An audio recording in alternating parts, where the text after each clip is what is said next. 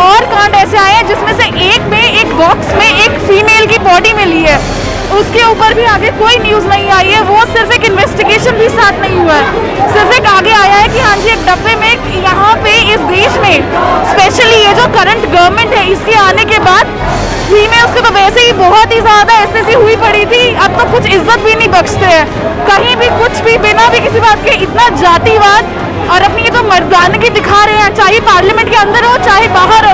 इनसे बड़ा ना मर्द और इनसे बड़ा तुच्छ इंसान नहीं है कोई भी यहाँ पे। कोरोना से तो खुद से मरेंगे, मर नहीं आए, लेकिन हम उसे इंसाफ दिलाएंगे ताकि उसे सजा मिले, लेडीज सजा दे या फिर लेडीज को कोई ऐसा हथियार दिया जाए जो उसी टाइम उसका कांड कर दे गलत करने वालों का अपनी हिफाजत के लिए। जनता का इंसाफ करने का टाइम आ गया है। यहाँ गाय को तो सुरक्षा मिलती है, बेटियों को नहीं मिलती। बेटियों को ऐसे बलात्कारी मार देते हैं, उसके लिए कोई आवाज नहीं उठाई जाती। एक गाय अगर मर जाए तो इंसाफ हो जाता है। जो यूपी की सरकार ने, जो योगी की सरकार ने जो अपने वोट का जो अधिकार जो उसको दिया गया था जनता ने कि हमारी सुरक्षा करेगी, उसका जो अवहेलना करी है, उसके परिवार के परिजनों को शव नहीं मिला, रातों रात शव जला दिया गया, ये बहुत ही दर्दनाक चीज़ है। मोदी जी ने जैसे आप देख रहे हैं कहा था कि बेटी बचाओ बेटी पढ़ाओ, जब बेटी बचेगी नहीं तो पढ़ेगी कैसे और देश की जनता कैसे सुरक्षित रहेगी, मुझे तो समझ नहीं आ रहा है।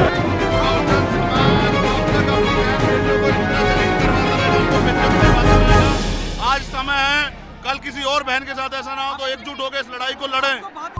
आदाब, नमस्कार, आप देख रहे हैं सिमना न्यूज। सिमना न्यूज में आज बात उत्तर प्रदेश के हाथरस के सबसे चर्चित हत्याकांड की। दोस्तों, इस केस में 19 साल की एक युवती जो दलित समाज से ताल्लुक रखती थी, उसकी बर्बर तरीके से हत्या की गई। पीड़िता ने मरने से पहले जो बयान दिया था, उस बयान में पीड़िता ने अपने साथ हुए दुष्कर्म का जिक्र किया। कब? एक बार और रेप करने की कोशिश की थी पहले? अच्छा, इससे पहले रेप करने की कोशिश की थी लेकिन क्या हुआ? भाग आए थे। कुछ हुआ कि नहीं? अच्छा अच्छा, तो रवि कह रहा था कुछ हुआ कि नहीं? हाँ, अच्छा, ये दोनों मिले हुए हैं, तो उस समय तो बच गए आप। फिर उस दिन जिस दिन आपकी चोट लगी है उस दिन रेप हुआ है? अच्छा, दोनों ने किया था, कोई और भी था? वो दोनों थे और बाकी सब भाग गए थे। अच्छा, बाकी सब भाग गए थे। मम्मी को देख के। अच्छा, मम्मी को देख के भाग गए थे। तो आप उस समय होश में थे? थोड़ा सा होश था। अच्छा अच्छा, तो रेप हुआ आपके साथ, उसके बाद क्या किया? मेरी मम्मी ने मुंह में पानी डाला। अपनी पूरी कहानी बताई कि कैसे दरिंदों ने उसके साथ दुष्कर्म की घटना को अंजाम दिया। लेकिन आज यूपी पुलिस जो है फॉरेंसिक रिपोर्ट का हवाला देते हुए ये बता रही है कि रिपोर्ट में कहीं भी रेप का जिक्र नहीं किया गया है। युवती की मौत गर्दन की हड्डी टूटने की वजह से हुई है। तो दोस्तों, ऐसे में क्या सच माना जाए? क्या पीड़िता ने जो मरते वक्त जो बयान दिया था उसे सच माना जाए या फिर फॉरेंसिक रिपोर्ट को सच कहा जाए?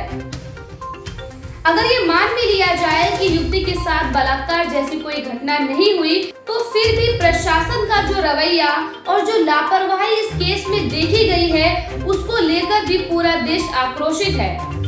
आज पूरे देश में यूपी सरकार और यूपी पुलिस प्रशासन को लेकर जमकर नारेबाजी हो रही है, विरोध प्रदर्शन हो रहे हैं और लोग सड़कों पर निकल मनीषा वाल्मीकि के लिए इंसाफ की गुहार लगा रहे हैं, इंसाफ की मांग कर रहे हैं, दरिंदों को फांसी की सजा देने की बात कर रहे हैं। दोस्तों, बता दें कि बीते 14 सितंबर को मनीषा वाल्मीकि के साथ जो है दुष्कर्म की घटना को अंजाम दिया गया था और 15 दिनों तक मनीषा वाल्मीकि ने जिंदगी और मौत से जंग लड़ी, जो आखिरकार वो हार गई। 29 सितंबर को मनीषा ने अपनी आखिरी सांसें ली, लेकिन उसके बाद जो यूपी पुलिस का जो रवैया देखा गया वो इंसानियत को भी शर्मसार करता है। यूपी पुलिस ने बिना परिजनों की अनुमति के और बिना उनकी मौजूदगी के युवती के शव का दाह संस्कार कर दिया, जिसके बाद से पूरे देश में उनके खिलाफ, यूपी पुलिस के खिलाफ जो है गुस्सा देखा गया।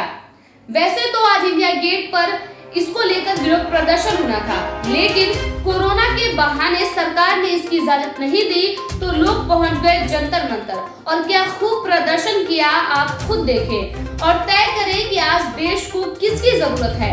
क्या आज देश में बेलगाम होती सरकार पर लगाम कसने की जिम्मेदारी हम नागरिकों पर नहीं होनी चाहिए। देश की बेटी करे पुकार, कहाँ गए वो चौकीदार। देश की बेटी करे पुकार, कहाँ गए वो चौकीदार। देश की बेटी करे पुकार, कहाँ गए वो चौकीदार। देश की बेटी करे पुकार, कहाँ गए वो चौकीदार। देश की बेटी करे पुकार, कहाँ गए वो चौकीदार। देश की बेटी करे पुकार, कहाँ गए वो चौकीदार। देश की बेटी करे पुकार, कहाँ गए वो चौकीदार। देश की बेटी करे पुकार, कहाँ गए वो चौकीदार। देश की बेटी करे पुकार, कहाँ गए वो चौकीदार। मनीषा हमसर जिंदा है, तेरे कातिल जिंदा है। मनीषा हमसर जिंदा है, तेरे कातिल जिंदा है।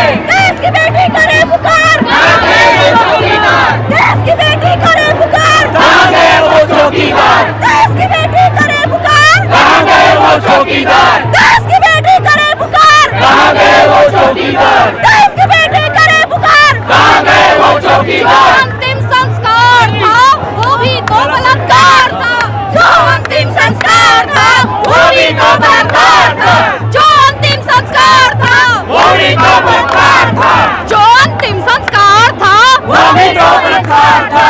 कहाँ गया है चौकीदार। देश की बेटी करे पुकार, देश की बेटी करे पुकार, कहाँ गए वो चौकीदार। अरे सो रहा है चौकीदार, देश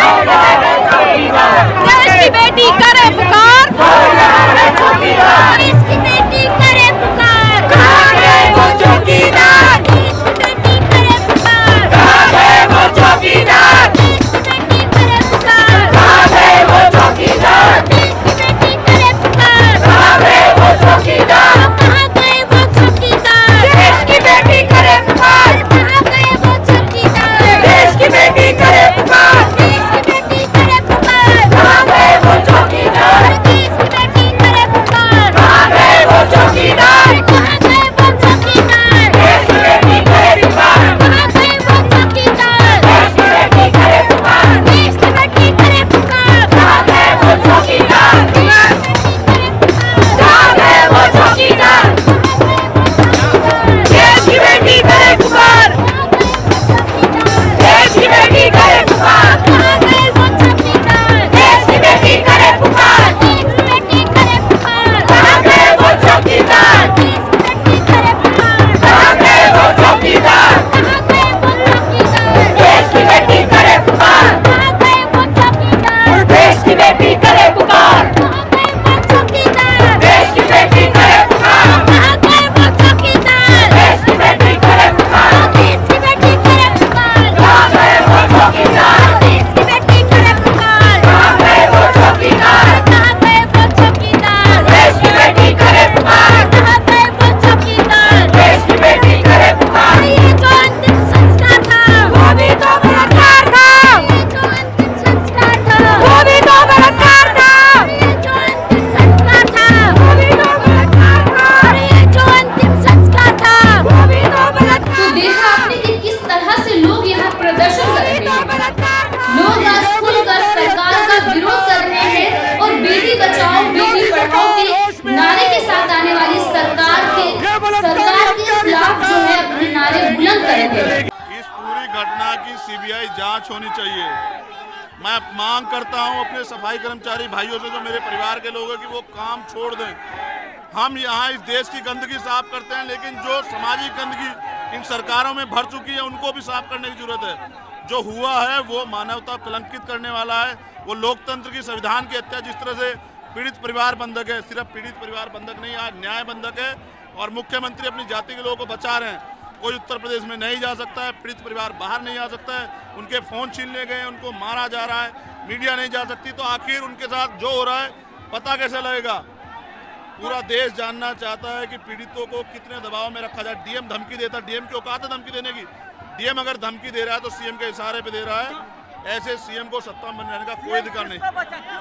सीएम अपराधियों को बचाना चाह रहा है क्योंकि सीएम की जाति के लोग हैं और ये पीड़िता दलित है। अगर ये दलित की बेटी नहीं होती तो प्रधानमंत्री बोलते, अगर ये भारत की बेटी होती महिला आयोग वहीं जाकर संज्ञान लेता। आज जो कोई जा रहा है पुलिस को मार रही है, भगा रही है, ये कौन सा लोकतंत्र है? मैं ये कह रहा हूँ कि क्योंकि दलितों पर अत्याचार बढ़ रहे हैं तो 20 लाख सरकारी लाइसेंस, क्योंकि पूरे देश में जिन भी पार्टियों की सरकार है, चाहे वो राजस्थान हो, चाहे वो बिहार हो, चाहे उत्तर प्रदेश हो, मध्य प्रदेश हो, सब जगह रेप हो रहे, सब जगह हत्या हो रही। दलित सुरक्षित इस देश में नहीं है। इसलिए मैं मांग करता हूं कि दलितों की सुरक्षा के लिए दलितों को सरकारी लाइसेंस 20 लाख लाइसेंस दे। मैंने अपनी माँ से वादा किया, क्योंकि वो रो रही थी, मैंने उनसे वादा किया कि जब तक पीड़िता को न्याय नहीं मिलेगा मैं घर नहीं लौटूंगा, क्योंकि वो पीड़िता हमारी बहन है और वो फूल की तरह पाली गई बहन को, फूल की तरह पाली गई बहन को कचरे की तरह जलाया इन जालिमों ने। इन जालिमों को सत्ता में बनाने का कोई अधिकार नहीं है। भीम आर्मी और आपका आगे का प्लान क्या? भीम आर्मी के लोगों से मैं आज ट्विटर के माध्यम से अपनी टीम से बात करके घोषणा करूंगा कि हम लोग कब हाथरस जा रहे हैं। मैं पूरे देश के लोगों से कहता हूं कि हाथरस कूद करें। हाथरस में सेक्शन 44 लगा, लेकिन पीड़िता के गांव से 2 किलोमीटर दूर स्वर्ण बिरादरी के लोग, पीड़ितों से अपराधों जुड़े हुए लोग सभा कर सकते हैं। ये उत्तर प्रदेश है, यहाँ 144 दलितों पे लागू होती है, न्याय दिलाने वालों पे लागू होती है, अपराधियों पे लागू नहीं होती है। बहुजन समाज से क्या अपील करेंगे रावण? क्या लोगों का समर्थन मिल रहा है आपको? बहुजन समाज कब तक अपनी बहन बेटियों को इस तरह जलील करवाता रहेगा, उनको बेइज्जत करवाता रहेगा? आज समय है, कल किसी और बहन के साथ ऐसा ना हो, तो एकजुट होकर इस लड़ाई को लड़ें। बात ऐसी उठी है कि शायद रेप ना हुआ हो, तो इस पे क्या कहेंगे? आगे जो कुछ भी होगा वो टीम से बात करके हम लोग फाइनल करेंगे। अब हमारे यहाँ से मार्च रहेगा, हम कैंडल मार्च भी करेंगे, और जिस तरह से इंडिया गेट बंद किया गया, आवाज दबाने का प्रयास किया, प्रधानमंत्री जान लें कि चुप्पी से काम नहीं चलेगा, जवाब देना पड़ेगा। बात ऐसी उठी है कि रेप शायद नहीं हुआ है, फॉरेंसिक रिपोर्ट ऐसी कहती है। मैं जानता हूँ जिस तरह से दलित समाज के जो MP MLA भाजपा सरकार में बैठे हैं वो चुप हैं, उन्हें दलितों का दुख नहीं दिखाई दे रहा क्योंकि प्रधानमंत्री चुप हैं। उसी तरह से सरकार में बैठे अधिकारी कर्मचारी न्याय दे देंगे। जो DM पीड़ितों को धमका रहा है, वो कह रहा है मीडिया चली जाएगी, लोग चले जाएंगे, हम बदल जाएंगे, वो न्याय दे देगा। ये सब झूठे लोग हैं। पूरे मामले की CBI जांच हो और मामला सुप्रीम कोर्ट संज्ञान ले। आज हाई कोर्ट ने संज्ञान लिया। हाई कोर्ट के स्वतः संज्ञान के बाद भी पीड़ितों को बंधक बना के रखा गया, कहां से न्याय होगा? सर क्या आप हाउस अरेस्ट लिए थे? क्या आप हाउस अरेस्ट लिए थे? आप यहाँ कैसे पहुंचे? मैं हाउस अरेस्ट था और मैं ये कह के आया हूं कि चाहे आप मुझे गोली मार दीजिए, लेकिन मैं घर नहीं बैठूंगा, क्योंकि अगर आज मैं चुप रहा तो कल किसी और बहन के साथ ऐसा होगा। किया गया उसका अंतिम लक्ष्य यही था, किसी तरह से जो एविडेंस है वो खत्म हो जा रहा है। एविडेंस टेम्परिंग मुख्यमंत्री के इशारे पे DM SSP और उनके अधिकारी कर्मचारी कर रहे हैं। ऐसे सब लोगों पे सेक्शन 4 का मुकदमा दर्ज करे, क्योंकि सबूत मिटाना भी एक अपराध है। और जो उत्तर प्रदेश में हो रहा है वो राम राज्य है। इस राम राज्य में दलितों की बच्चों की, दलितों की बेटियों की, दलितों की हत्याएं जो है माफ है, और ऐसे राम राज्य से मुझे नफरत है। इसलिए मैं संविधान के राज की बात करता हूँ। मुझे पूरी उम्मीद है कि अगर सरकार चाहती है कि न्याय मिले, प्रधानमंत्री जवाब दें। एक और सवाल चंद्रशेखर, क्योंकि आप जो है रिप्रेजेंट करते हैं दलित कम्युनिटी को, आपकी भीम आर्मी है जो लगातार उनकी एट्रोसिटीज के लिए ध्यान रखती है, उनकी मदद करने के लिए आप पहुँचते हैं हर जगह। तो ऐसे मुद्दे पर जब ऐसे कोई बलात्कार होता है या उनके साथ अन्याय होता है, तो पॉलिटिक्स जो है वो अलग नजर आती है। आपको लगता है कि इसको राजनीतिक रूप भी दिया जाता है और इसमें जो असल मुद्दा है, जहाँ असल इंसाफ है, वो नहीं मिल पाती आगे जाके? पहले जिन्होंने करना था कर लिया, अब हम लोग हैं और जिस मामले में घुसते हैं न्याय दिला के रहते हैं। मैं अपनी माँ से वादा करके आया हूँ कि जब तक पीड़िता को न्याय नहीं मिलेगा मैं आपके पास वापस नहीं लौटूंगा। इस न्याय की लड़ाई में चाहे भीम आर्मी के लोग, नौजवान जेल में जाएं या उनको गोली लग जाए, सरकार उनकी हत्या कर दे, लेकिन जब तक न्याय नहीं मिलेगा हमारा संघर्ष जारी रहेगा। मैं खुद हाथरस जाऊँगा। मैं प्रधानमंत्री से मांग करता हूँ, सभी सरकारों से, यहाँ सभी की सरकार है, खाली BJP की नहीं है, सभी जगह अत्याचार हो रहे हैं। अगर वो लोग दलितों के हितैषी हैं तो दलितों को 20 लाख सशस्त्र लाइसेंस जो है, सरकारी जो असला है, आर्म्स लाइसेंस जो है वो दें, जिससे दलित अपनी सुरक्षा स्वयं कर सकें, क्योंकि सरकार सुरक्षा नहीं देगी। तो आपका ये कहना है कि दलितों को, वाल्मीकि समाज को अपनी सुरक्षा करने के लिए सरकार की तरफ से हथियार दे दिए हैं? सरकारी लाइसेंस जो अधिकार है वो उनके लिए एक्ट इसलिए बनाता है कि जो शोषित वंचित लोग हैं, जिनको सुरक्षा की भावना उनको मिले। सबसे बड़ी बात यह है कि क्या दलित की बेटी भारत की बेटी नहीं है? प्रधानमंत्री क्यों चुप हैं? अगर एक क्रिकेटर के हाथ में फेंकते वो बोलते हैं। ऑर्डर अपने हाथ में लेकर ही आप आगे चल सकते हैं, बाकी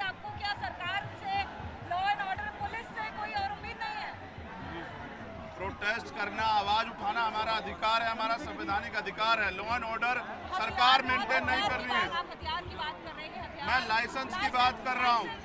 यहाँ अभी भी लाखों लाइसेंस लोगों के पास हैं। अगर वो अपराध कर रहे हैं तो मैं इसे अपराध मान सकता हूँ। ये हमारी डिमांड है और ये पूरी होनी चाहिए, क्योंकि एक्ट में प्रावधान है। अगर आपने एक्ट पढ़ा हो, एक्ट में प्रावधान है कि अगर कोई किसी को असुरक्षा की भावना तो सरकार लाइसेंस मिलना चाहिए। ये SC/ST एक्ट में प्रावधान है, लेकिन नहीं दिया जाता। इसलिए मैं मांग करता हूं कि मुझे आज के न्याय के और आज के जो समय में जो चल रहा है उसे देख के मुझे लगता है कि उत्तर प्रदेश में या देश में दलित सुरक्षित नहीं है। दलितों की सुरक्षा दलितों को स्वयं करनी पड़ेगी। प्रधानमंत्री की चुप्पी बहनों के लिए खतरा है। हम चाहते हैं जो आज हमारी बहन के साथ हो, कल किसी और बहन के साथ ना हो। इसलिए प्रधानमंत्री बोले और इस पे ठोस कार्रवाई करवाएं। ऐसे मुख्यमंत्री की जरूरत नहीं है जो अपनी जाति के लोगों को बचा रहा हो। मुख्यमंत्री इस्तीफा दें। सुप्रीम कोर्ट शुद्ध संज्ञान ले, हाईकोर्ट ने संज्ञान लिया, उसके बावजूद पीड़ित परिवार को नहीं निकलने दिया जा रहा, मीडिया को नहीं जाने दिया जा रहा। छोड़ दे देश के अंदर। जनहित से जुड़ी चुनिंदा खबरों को जानने के लिए सब्सक्राइब करें शिवना न्यूज को और बेल आइकन को दबाना ना भूलें। वीडियो पसंद आने पर लाइक, शेयर और कमेंट करना ना भूलें।